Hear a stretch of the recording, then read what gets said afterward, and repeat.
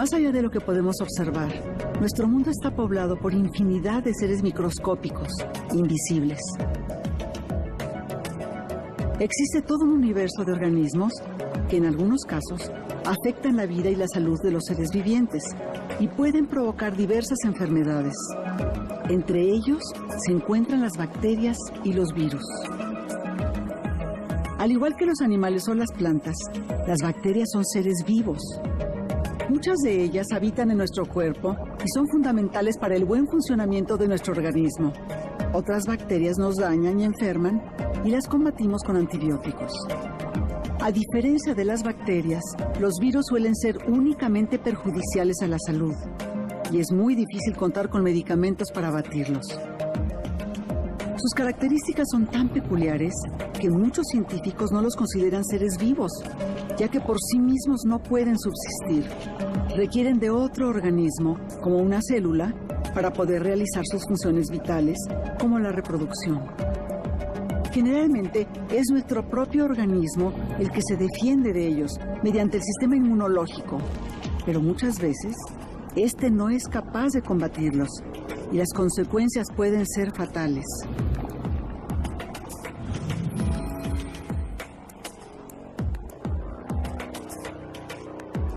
Los virus, para poder vivir, necesitan infectar una célula. No pueden subsistir si no infectan a una célula. Tienen que meterse dentro de la célula y utilizar los mecanismos que la misma célula utiliza para poder replicarse. El VIH es el virus de la inmunodeficiencia humana. Es un virus que produce una inmunodepresión o una depresión del sistema inmunológico del ser humano. Le gusta particularmente atacar las células que nos defienden, nuestro sistema de defensa. Lo que no sucede es que nos infectamos fácilmente, nos dan cánceres fácilmente y entonces llegamos a una etapa que se conoce, nos da esta infección crónica que se conoce como SIDA. El VIH pertenece a una familia de virus llamados en conjunto retrovirus, es la familia Retroviridae, y tiene algunas diferencias con muchos otros virus. Es quizá uno de los virus más complejos que ha tenido la humanidad o el mundo y que ha afectado a una enorme cantidad de personas con consecuencias letales en varios millones. Las moléculas contenidas en el material genético son las más importantes de los organismos vivos. Estas moléculas son el ácido desoxirribonucleico, comúnmente llamado ADN, y su complemento, el ácido ribonucleico, conocido como ARN. A partir del descubrimiento de las cadenas genéticas, se entendió cómo se transfiere información de una célula a otra, mediante la transcripción del ADN en ARN. Y se estableció que ese orden era común en todos los casos, de ADN a ARN. En la década de 1970, se descubrió que existen virus que realizan este proceso de manera inversa, es decir, de ARN a ADN. Estos son llamados retrovirus. Esta particular manera de transcripción en reversa le confiere al virus características diferentes y dificulta enormemente su erradicación de nuestro cuerpo.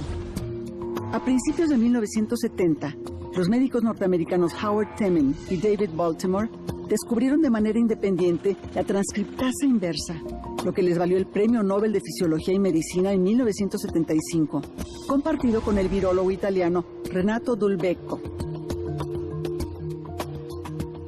El virus ataca o infecta especialmente un tipo de células que se llaman linfocitos T, y estas células son las responsables de que el sistema inmunológico responda a ciertas infecciones y ciertas enfermedades. Infecta y hace inútiles estas células. Al entrar en el organismo, el virus del VIH se dirige hacia un tipo especial de glóbulo blanco, el linfocito CD4. La función que ejerce esta célula es la de regular la respuesta inmunológica.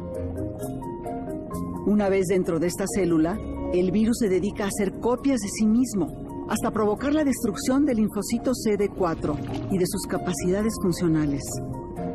Después de aniquilar a esta célula, miles de copias del virus buscan más linfocitos para repetir el ciclo de generación de copias de sí mismo. Este proceso produce millones de copias del virus.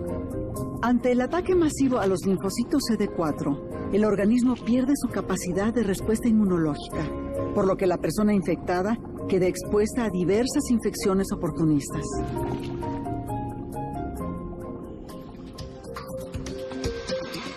Se han encontrado datos de cuadros infecciosos similares al de VIH que se remontan al año de 1930. A través de muestras congeladas, se pudo documentar el caso más antiguo de infección por VIH en un paciente en Kinshasa, capital de la República Democrática del Congo, África, en 1959.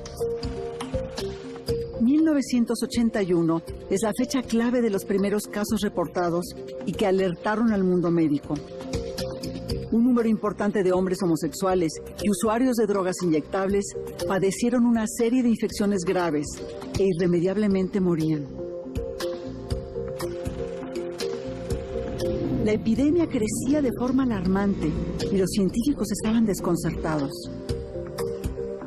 Se describió muy rápido el virus en muy pocos años y bueno, se encontró al organismo que infectaba estas células linfocitos T y se tuvo la etiología, o sea, el origen de la enfermedad, quizá más rápido que cualquier otra enfermedad en la historia de la humanidad.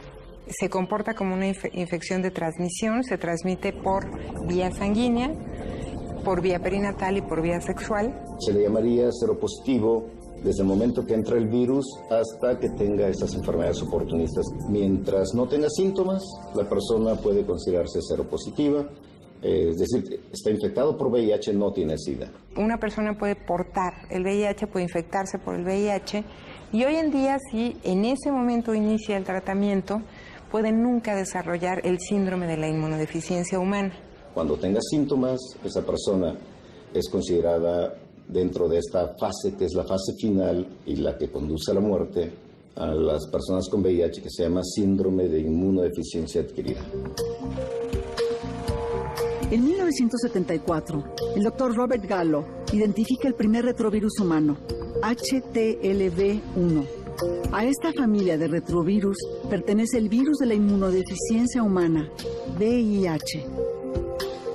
El virólogo francés Luc Montagnier descubrió en 1983 el agente causal de esta infección, el VIH.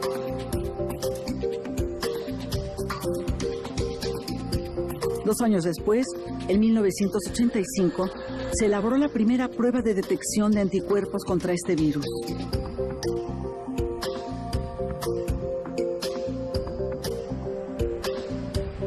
En los países más afectados por la epidemia, se lanzan intensas campañas de prevención, incentivando el uso del condón, las prácticas sexuales seguras, alertando del peligro de contagio al reutilizar jeringas.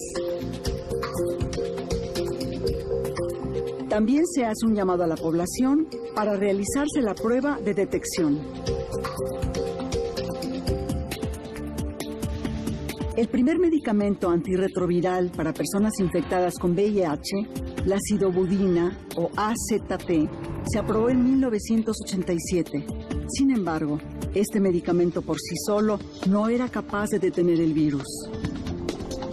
Se podía atacar algunas de las infecciones oportunistas, pero no se podía evitar el avance del virus y el deterioro del sistema inmunológico. Al cabo de unos meses de uso, el virus se volvía resistente al AZT y el paciente moría. La investigación farmacológica continuó y han surgido nuevas generaciones de medicamentos. A finales de la década de los 90 aparecen las terapias antirretrovirales triples, es decir, una combinación de 3 medicamentos antivirales con mecanismos diferentes que evitan la replicación del virus.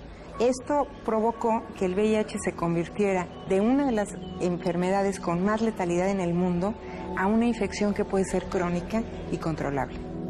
Si el virus es presionado por el tratamiento antirretroviral, que se define como el conjunto de 3 o 4 fármacos, con el objetivo de evitar que el virus infecte a otra célula y por tanto los virus se mueren y se puede reducir la carga de virus en la sangre a un 95 a 99% o más inclusive. Y esto permite que el sistema inmunológico funcione con normalidad. Una persona que se diagnostica a tiempo, tempranamente, e inicia tratamiento, prácticamente tiene la misma calidad y cantidad de vida que una persona que no tiene VIH. No significa que el virus se haya eliminado, significa que está extremadamente bien controlado. Y este fenómeno de la combinación de estos fármacos quizá haya sido el descubrimiento más importante en los 35 años de investigaciones biomédicas sobre VIH-Sida. Ha habido avances extraordinarios que han ayudado a controlar mejor el virus con el tratamiento, pero que también ha ayudado en la prevención de la infección con el mismo tratamiento antirretroviral. Las terapias actuales tienen muchísimo menos efectos secundarios. No hay medicamento inocuo. Los medicamentos siempre tienen efectos secundarios, pero de alguna manera se fueron reduciendo muchísimo. Y esa persona que moriría en 11 años si no recibiera el tratamiento, es capaz de vivir no meses como se medía antes en la década de los 80 o antes de que se descubriera este tratamiento. Ahora uno puede hablar de una supervivencia de décadas con el buen uso de estos fármacos y siempre y cuando exista una buena adherencia, un buen apego de la persona a ellos.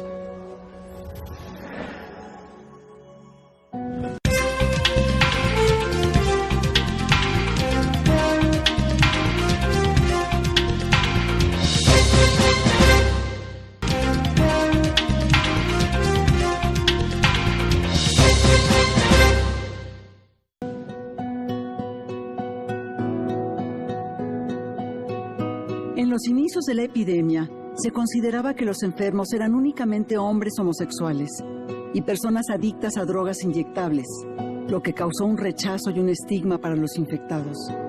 El miedo y la ignorancia provocaron un sinnúmero de especulaciones.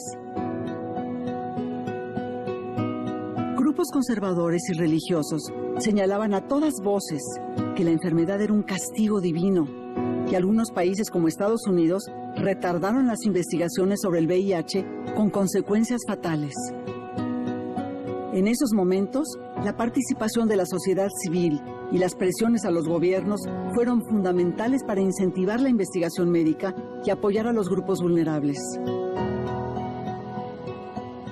Quienes primero respondieron ante el llamado y ante la evidencia de una nueva epidemia fue la sociedad civil, los colectivos de las poblaciones que estaban siendo más afectadas. Hicieron gran presión sobre los gobiernos para que empezaran a establecer respuestas, programas nacionales que tardaron en darse en algunos países más y en otros menos.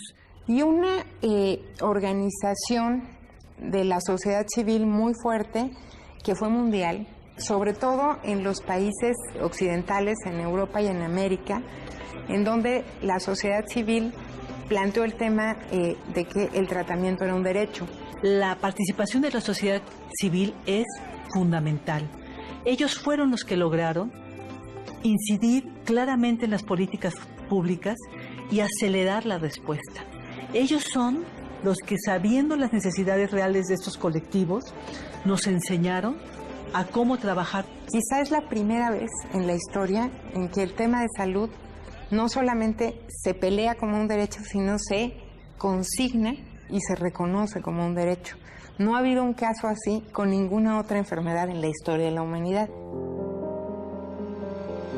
Las estimaciones del Programa Conjunto de las Naciones Unidas sobre el VIH-Sida, ONU-Sida y la Organización Mundial de la Salud indican que desde el inicio de la epidemia hasta el año 2015, alrededor de 78 millones de personas han contraído el virus y unos 35 millones han fallecido por SIDA.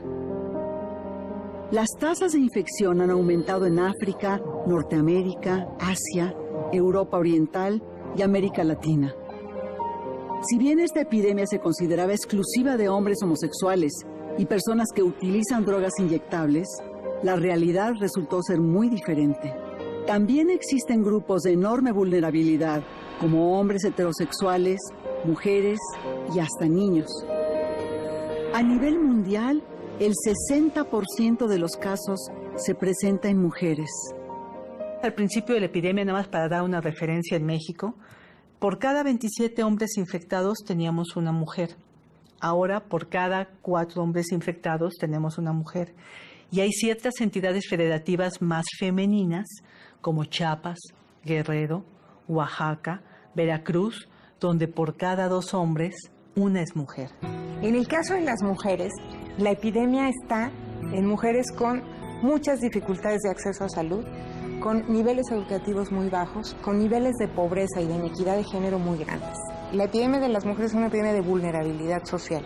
Una vez que aparecen las terapias antirretrovirales modernas, que las mujeres embarazadas se diagnosticaran y tomaran la terapia antirretroviral porque se veía que eso evitaba que los bebés nacieran positivos.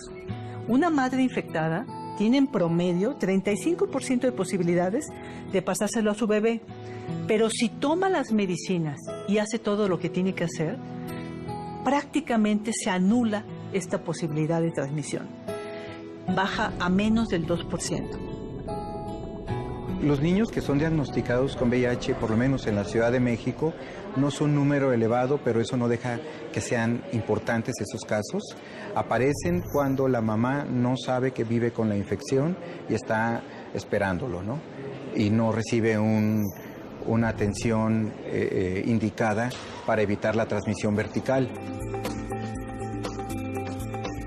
Simultáneamente a la producción de tratamientos antirretrovirales, se inician las leyes de patente en medicamentos en todo el mundo. Las compañías farmacéuticas han incrementado enormemente su costo, no solamente en el caso del VIH, sino de otras enfermedades, como por ejemplo el cáncer.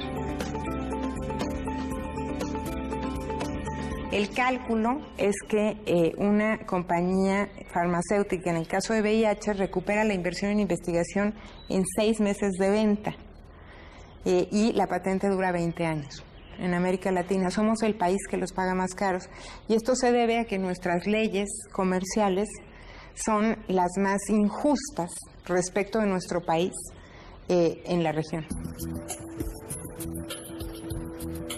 A pesar de los onerosos costos de los medicamentos, muchos países hacen esfuerzos por dotar gratuitamente de tratamientos a su población infectada. México no es la excepción, ya que se ha propuesto atender a todas las personas detectadas con el virus al proporcionarles medicamentos gratuitos. Yo destacaría el trabajo de los Institutos Nacionales de Salud, sobre todo del Instituto Nacional de Nutrición, el Instituto Nacional de Enfermedades Respiratorias, el Instituto Nacional de Cancerología. Estos 3 institutos no solamente atienden personas, sino tienen grupos de investigación de muy alto nivel. La Clínica Condesa es un proyecto que abrió sus puertas en el año 2000. En la Ciudad de México nadie tiene que quedar fuera del tratamiento. Hay distintos servicios para ofrecerlo. La Secretaría de Salud lo hace a través de las clínicas Condesa, pero también está en el IMSS, están el ISSSTE y están los Institutos Nacionales de Salud y algunos hospitales de tercer nivel. En el caso de la Secretaría de Salud, los medicamentos son ofrecidos a través de un programa de acceso gratuito de antirretrovirales que se puso en marcha desde 2003, un programa universal y gratuito. Aquí en Clínica Condesa existe un espacio comunitario. Las puertas están abiertas, somos el único centro de salud de la ciudad donde cualquier persona puede ingresar, donde no se le va a pedir una identificación.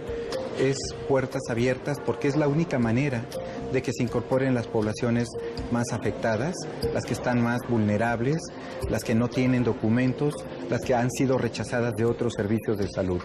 Y ese principio es consecuencia de una vinculación con la sociedad civil, de que nos hizo ver siempre desde el principio que para atender una epidemia concentrada en poblaciones muy específicas era necesario transformar los espacios de salud en receptores incluyentes de esas poblaciones. Bueno, en la actualidad, a 35 años de los primeros casos, ha habido muchos avances. a nivel internacional y en México. Han disminuido las nuevas infecciones. Ya nos infectan en México 15,000, ya actualmente 10,000 anuales. Se han disminuido los casos en niños. En México en los últimos 3 años, en 46%. No hay casos de transfusión en este momento en México. Muy importante en esta población es el tema de las libertades civiles. O sea, si se castiga, si se persigue, si se rechaza la preferencia sexual diferente a la heterosexual o la identidad de género, en este caso ser transgénero, esas personas lo que hace uno es cerrarles el acceso a los servicios educativos, de salud, etcétera. Y eso ha sido un factor muy importante para la ampliación, para que crezca la epidemia. Y ahí lo que necesitamos es información y acceso a servicios. Entonces, atender a esas poblaciones implica ver cuáles son sus necesidades de salud. Se ha demostrado que el tratamiento es prevención. En donde no hemos avanzado es en el estigma y discriminación. 4 de cada 10 mexicanos desde hace varios años nunca convivirían, y lo han dicho, con la comunidad de hombres que tienen sexo con hombres, con personas trans, con lesbianas, ni con personas con VIH. Y este estigma y discriminación, a pesar de que en los lugares donde atendemos VIH, SIDA, ha disminuido de manera importante y no son discriminados, cuando te sales de esos espacios, continúa la discriminación. Es algo cultural que tenemos que transformar desde la educación. El estigma y la discriminación persisten. El obstáculo mayor es el miedo, el segundo es el estigma y el tercero es la falta de acceso a servicios en alguna parte de la población. Y que sea un asunto absolutamente natural cuidarse y cuidar su sexualidad, porque es absolutamente natural tener una sexualidad con una preferencia sexual distinta a la heterosexual y es absolutamente normal cuidarse. Y el tratamiento ha ido aumentando la cobertura y esto es muy importante porque está vinculado a la eliminación, a la gran meta de eliminar el SIDA en el 2030. México tiene una muy pobre inversión en el ámbito de investigación y creo que tiene agrupaciones científicas de muy alto nivel. Es decir, si hubiera una mayor inversión en investigación en el campo de VIH, creo que México podría mejorar muchísimo, no solamente en el campo operativo y en el campo de evaluación de programas, sino incluso, por ejemplo, en el ámbito clínico y básico. Estamos directamente trabajando con otros grupos en Estados Unidos para buscar los sitios donde el virus se esconde en forma latente y por qué se esconde en esos sitios. Y los sitios más probables, y es una de las líneas principales de mi grupo, son los ganglios linfáticos. Una segunda línea de investigación es obviamente de la evolución viral en un contexto inmunogenético, poblacional. Estamos conduciendo nosotros como líderes y coordinando un proyecto que le llamamos Proyecto Mesoamericano. No solamente en México, sino en países de Centroamérica, el área más pobre de todo el continente americano, junto con partes del Caribe. Hay muy pocos grupos que formalmente estén dedicados a la investigación de ciencia básica con miras a tratar de contribuir o a la obtención de una vacuna que prevenga o que ayude a controlar mejor el virus o de plano a tratar de buscar erradicar, eliminar el virus del cuerpo humano. Si se quiere hacer investigación en el ámbito público de alto nivel, pocas instituciones sobreviven en México. Hay algunas que sobreviven y tienen, creo que, un gran mérito, porque sobreviven contra todo y contra todos y bastante solos, diría yo. Hace falta recursos, de manera que en cada población de México se pueda extender la búsqueda o la detección de VIH en todas las personas, mientras no se elimine el estigma, que sería como un preámbulo a la detección.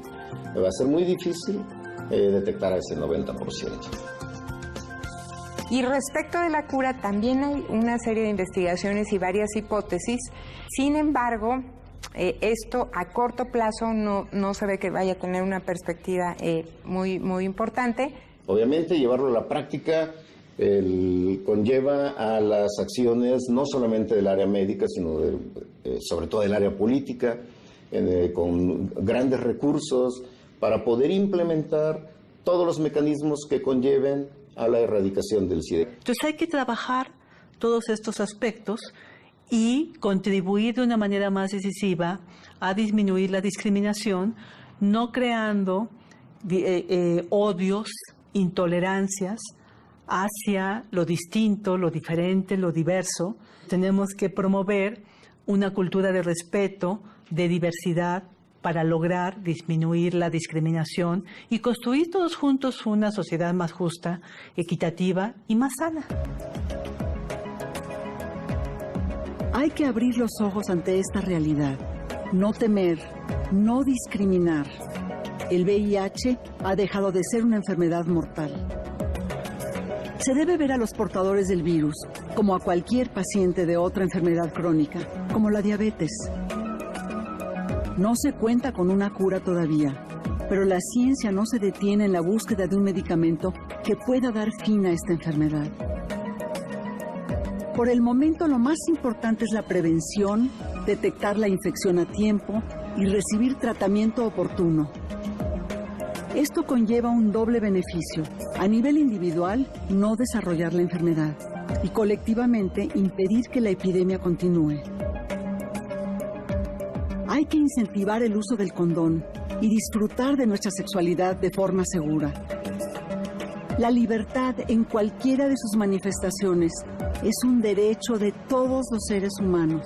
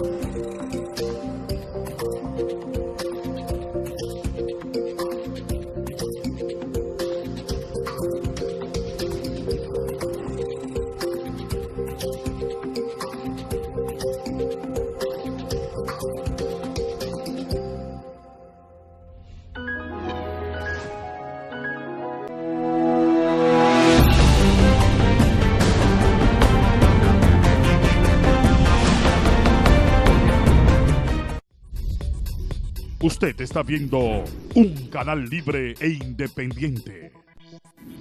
Cinevisión, Canal 19.